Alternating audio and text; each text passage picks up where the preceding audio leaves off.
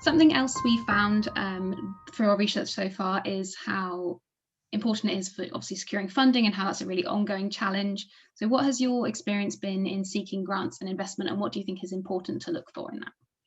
And grant side, I think that there's a lot of competitions, and not just necessarily Innovate UK, because Innovate UK is very competitive, but there are other other funding routes. For example, I've always find the Royal Academy of Engineering such a helpful. The fellowship was such a helpful and instrumental platform for me to grow as well at early stages of my business. And because they have such a comprehensive mentoring program that leads you through different stages of building a business strategy to getting investment ready. And my mentor from the network, Saeed, is such a guru about medical technologies. And he also understands the mindset of founder, what do you go through. So, he was such a great mentor for us in the early stages.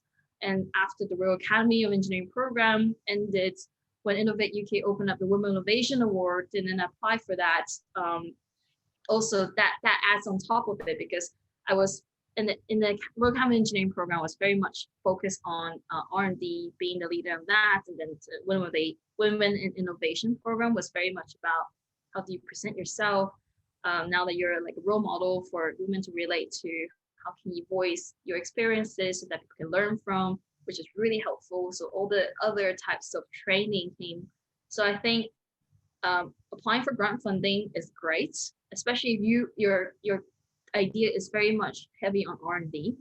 But then also there are other programs where it's not just the funding, it's also like all these other added network and mentorship assets that can bring to your journey is also equally helpful. So I'd say like look up for all the other competitions out there rather than just Innovate UK. Yeah. Do you think that it's important to encourage diversity when you're looking for funding? When you're fundraising, it's quite critical to make sure you have a diverse